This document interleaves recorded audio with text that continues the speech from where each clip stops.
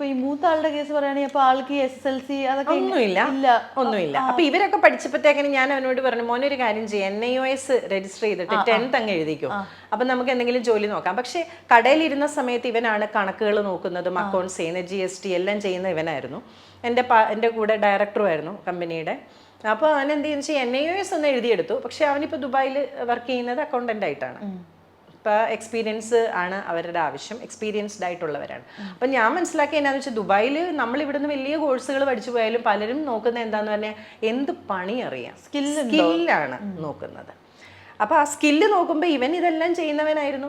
ഇവൻ അവിടെ ചെന്ന് കഴിഞ്ഞ് കുറച്ച് ടെൻസ്ഡായി. എന്നെ വിളിച്ചിട്ട് പറഞ്ഞു, ഉമ്മച്ചി എനിക്ക് പ്രശ്നമൊന്നുമില്ല, അതൊക്കെ ചെയ്യാം, പക്ഷേ എൻ്റെ കൂടെ അപ്പുറം ഇരിക്കുന്ന 2 പേരും ലീവിന് പോകാമെന്ന് പറഞ്ഞു. അപ്പം ഞാൻ പറഞ്ഞു, അവർ ലീവിന് പോകുന്നതിന് മുമ്പ് അത് പഠിച്ചെടുക്കുക, അവർ ചെയ്യുന്ന കാര്യങ്ങൾ. ഇപ്പം 1000 more പ്രോഡക്റ്റ്സ് ഉണ്ട് അവിടെ. അതൊരു ബിൽഡിംഗ് മെറ്റീരിയലിൻ്റെ കടയാണ്. പക്ഷേ സക്സസ്ഫുള്ളായിട്ട് അവനത് ചെയ്തു. ഒരാളിപ്പം തിരിച്ചു വന്നു എന്ന് പറഞ്ഞു. അപ്പം ഇതാണ് ജീവിതത്തിലെല്ലാം നമ്മൾ എക്സ്പീരിയൻസ് ചെയ്ത് കഴിഞ്ഞാൽ അതിന് പ്രത്യേകിച്ച് ഒരു പഠനത്തിൻ്റെ ആവശ്യമെന്ന് പറയുന്നത് ഇല്ല. പക്ഷേ അങ്ങനെ നമ്മൾ ആരെയും വെറുതെ വിടുന്നുമില്ല അല്ലേ, കുട്ടികളെ നമ്മൾ അങ്ങനെ വെറുതെ വിടുന്നുമില്ല. അപ്പോൾ നമ്മുടെ വിദ്യാഭ്യാസ സമ്പ്രദായത്തിൽ തന്നെ വലിയൊരു മാറ്റം യഥാർത്ഥത്തിൽ ആവശ്യമാണ്. നമുക്ക് ഒരു സ്കില്ലും നമ്മുടെ കുട്ടികൾ 10 +2 കഴിയുമില്ല. സ്കില്ലായിട്ട് പഠിപ്പിച്ചുകൊണ്ടിരുന്ന പോളിടെക്നിക്കുകളോ IT-കളിലൊന്നും ഇപ്പോൾ ഒരാളും പോയി ജോയിൻ ചെയ്യുന്നുമില്ല. അവിടെയൊക്കെ സീറ്റ് മിച്ചമാണ് ഇപ്പോൾ. കാര്യം നമ്മൾ സ്കില്ലിലല്ല നോക്കുന്നത്. നമ്മളുടെ എല്ലാവരുടെയും ഡ്രീം ഔട്ട്സൈഡ് ഇന്ത്യയാണ്. ഇപ്പോൾ അവിടെയും പ്രശ്നങ്ങളായി തുടങ്ങി. അപ്പം നമ്മുടെ കുട്ടികൾ ഇനി എന്ത് ചെയ്യും എന്നുള്ളത് വലിയൊരു ചോദ്യമാണ്. കേരളത്തിലേക്ക് തിരിച്ച് വരുന്ന കുട്ടികളെ നമ്മൾ എങ്ങനെ ഇനി ഇവിടെ അവരെ എങ്ങനെ വരുമാനം കിട്ടുന്നവരാക്കി മാറ്റും എന്നുള്ളതൊരു വലിയ പ്രശ്നമാണ്. അതെ. കാര്യം അവരവിടെ പോകുമ്പോഴത്തേക്ക് അവർ കഫേ ജോലി ചെയ്യുന്നു, അല്ലെങ്കിൽ അവർക്ക് മൾട്ടിപ്പിൾ ആയിട്ടുള്ള കാര്യങ്ങൾ ചെയ്യാം. അവർ പാർട്ട് ടൈം കെയർ ഹോംസിലൊക്കെ ചെയ്യുമായിരുന്നു. അവർക്കത് മറ്റൊരു രാജ്യമായതുകൊണ്ട് അവർക്കത് വലിയ പ്രശ്നവുമായിരുന്നില്ല. അതെ. ഇപ്പം ഞാൻ റീസെൻ്റ്ലി ഇപ്പം നമ്മുടെ ഒരു സ്കൂളിൽ ഒരു പാർട്ട് ടൈം ഒരു സ്വീപ്പറിനെ വേണം. അപ്പം അതിൻ്റെ ക്വാളിഫിക്കേഷൻ എന്ന് പറഞ്ഞാൽ 10ാം ക്ലാസ് പാസ്സാകരുത്. പക്ഷേ ഡിഗ്രി ഉള്ളവർ വന്നാൽ അവർ പറയുന്നത് അയ്യോ ഞങ്ങൾക്ക് തൂക്കാൻ പറ്റില്ല, തൂക്കാനും ഒക്കെ മടിയാണ്. അത് അവരെ കുറ്റം പറഞ്ഞിട്ട് കാര്യമില്ല. അത് അവർ ചിലപ്പോൾ പഠിച്ചത് കൊണ്ടൊക്കെ തോന്നുന്നതായിരിക്കാം. ആരെയും ഞാൻ കുറ്റം പറയുന്നതല്ല. പക്ഷെ ഞാൻ പറയുന്നതെന്ന് വെച്ചാൽ അതിലേക്ക് ആ മൈൻഡ് സെറ്റ് നമുക്ക് വരില്ല. അല്ല, ഞാൻ ചോദിക്കട്ടെ, എനിക്ക് തോന്നുന്നത് നമ്മുടെ നാട്ടിൽ പക്ഷേ കൂടുതലും ആളുകളെ അവർ ചെയ്യുന്ന ജോലി വെച്ചിട്ട് റെസ്പെക്ട് കൊടുക്കുക.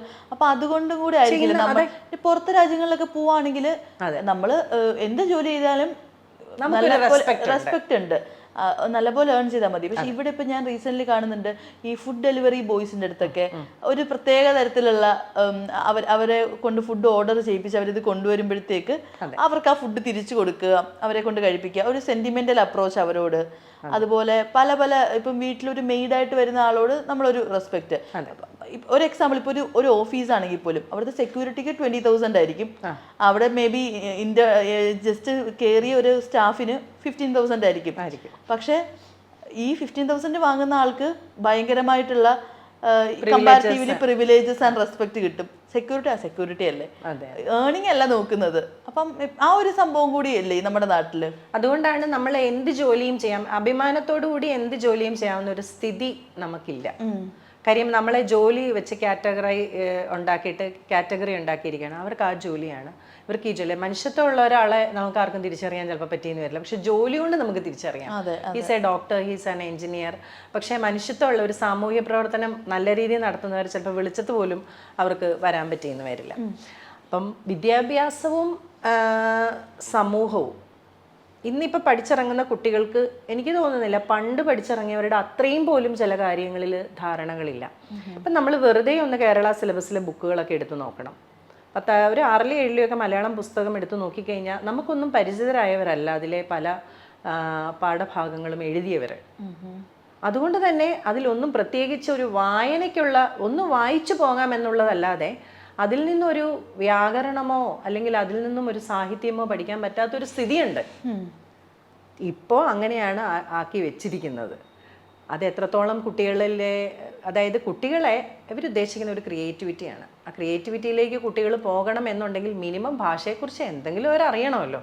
അപ്പം അതറിയാതെയുള്ള ഒരു ക്രിയേറ്റിവിറ്റിയിലേക്ക് പെട്ടെന്ന് ഇവരെ കൊണ്ടുവരാനുള്ളൊരു ശ്രമമുണ്ട്. ചിലപ്പം അടിസ്ഥാനപരമായിട്ട് അതിനകത്തൊരു മാറ്റം വരുത്തിയാൽ നമുക്ക് കുറച്ചും കൂടെ നല്ല രീതിയിൽ അത് കൊണ്ടുപോകാം.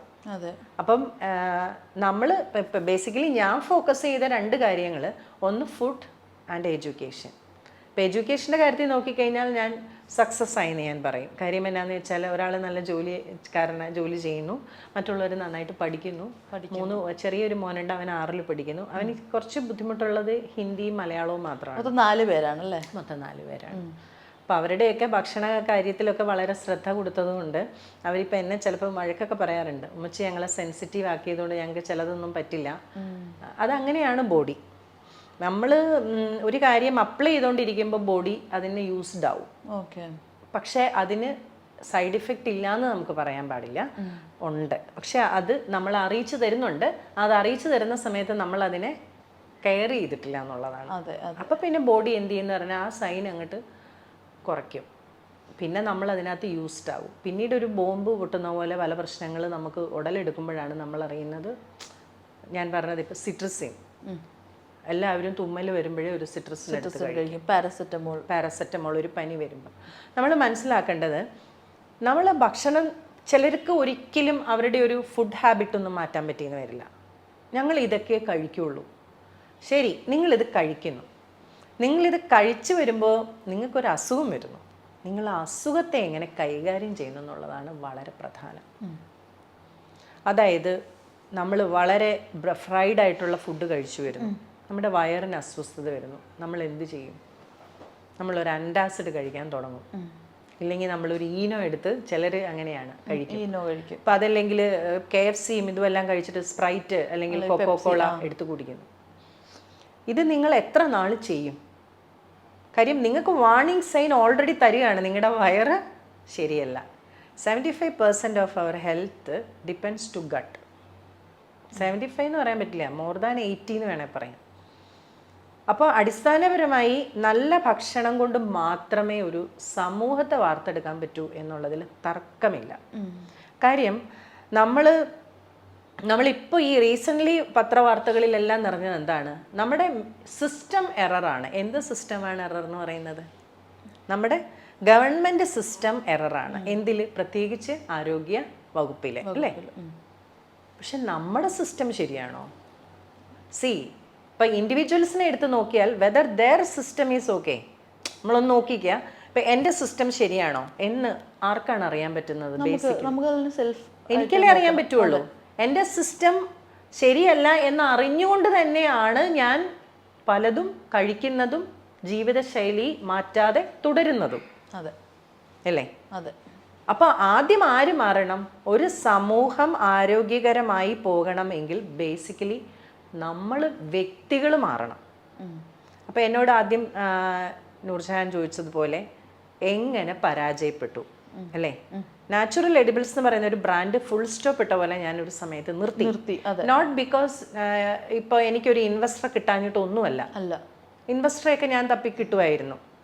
ഇൻവെസ്റ്റേഴ്സ് വന്നിട്ടുണ്ട്, ഇവിടുത്തെ പ്രബലരായ ആൾക്കാർ ഇൻവെസ്റ്റ്മെന്റിന് വന്നിട്ടുണ്ട്. പക്ഷെ എനിക്ക് 100% ഉറപ്പാണ് അവർ തുടരില്ല. ഞാൻ നേരിട്ട ഏറ്റവും വലിയ പ്രശ്നം അതാണ്, ഇൻവെസ്റ്റേഴ്സ് തുടരില്ല. കാര്യം ഇതിനങ്ങനെ ഒരു മാജിക്ക് കാണിച്ചിട്ട് കൊണ്ടുവന്ന് നമുക്ക് ഒരു ലാഭം ഉണ്ടാക്കാനൊന്നും പറ്റില്ല. ബിക്കോസ് ഞാൻ എടുക്കുന്നതെല്ലാം ഡയറക്റ്റ് ഫ്രം ഫാമേഴ്സ് ആയിരുന്നു. എനിക്കൊരു ഡിസ്ട്രിബ്യൂട്ടർ ഇല്ല, ഒരു മീഡിയേറ്റർ ഇല്ല, ഒന്നുമില്ല. ഞാൻ പോയി ഡെവലപ്പ് ചെയ്തിട്ടുള്ള ഫാമേഴ്സിൻ്റെ അടുത്തുനിന്നായിരുന്നു ഞാൻ പ്രൊഡക്റ്റ് എടുത്തു. അപ്പോൾ അത് വാങ്ങാൻ ആര് തയ്യാറാവണം? വ്യക്തികൾ തയ്യാറാവണം. ഒരു വ്യക്തി ഒരു ദിവസം ഇത് കഴിച്ചാൽ മതിയോ? ഇതൊരു ഹാബിറ്റായി മാറുന്നില്ല, അല്ലേ? നമ്മൾ പിള്ളേരെ ബൂസ്റ്റ് കുടിപ്പിക്കുന്നു, ഹോർലിക്സ് കുടിപ്പിക്കുന്നു, ബോൺവിറ്റ കുടിപ്പിക്കുന്നു. പണ്ടൊരു മാൾട്ടോവ ഉണ്ടായിരുന്നു. കുറേ കാലം കഴിയുമ്പോൾ ഇതൊക്കെ കുഴപ്പമാണെന്ന് വരും. അപ്പോൾ ഇതൊക്കെ ഓൾറെഡി നമ്മൾ കുടിച്ചു കഴിഞ്ഞു, ഇല്ലേ? അപ്പം നമ്മുടെ ഒരു ഹാബിറ്റിൽ എവിടെയും പ്രയോറിറ്റിയിൽ എവിടെയും നമുക്ക് സെൽഫായിട്ടത് തോന്നുന്നില്ല, ഇല്ലേ?